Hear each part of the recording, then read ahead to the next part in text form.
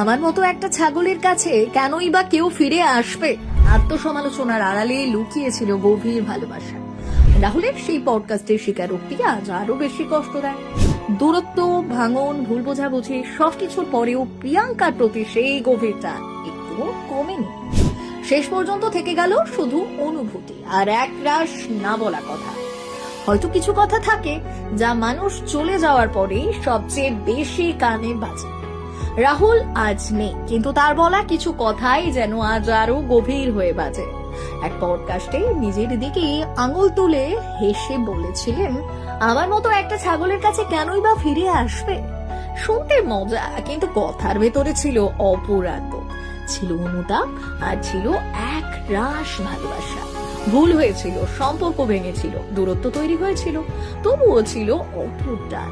প্রিয়াঙ্কাকে নিয়ে তার সেই স্বীকারোক্তি আজও তাকিয়ে থাকি।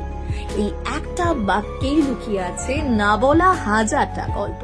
অপূর্ণ ভালোবাসা, নীরব স্বীকারোক্তি। সব সম্পর্ক একসাথে থাকে না, কিছু সম্পর্ক দূরে গিয়েও গভীর থাকে।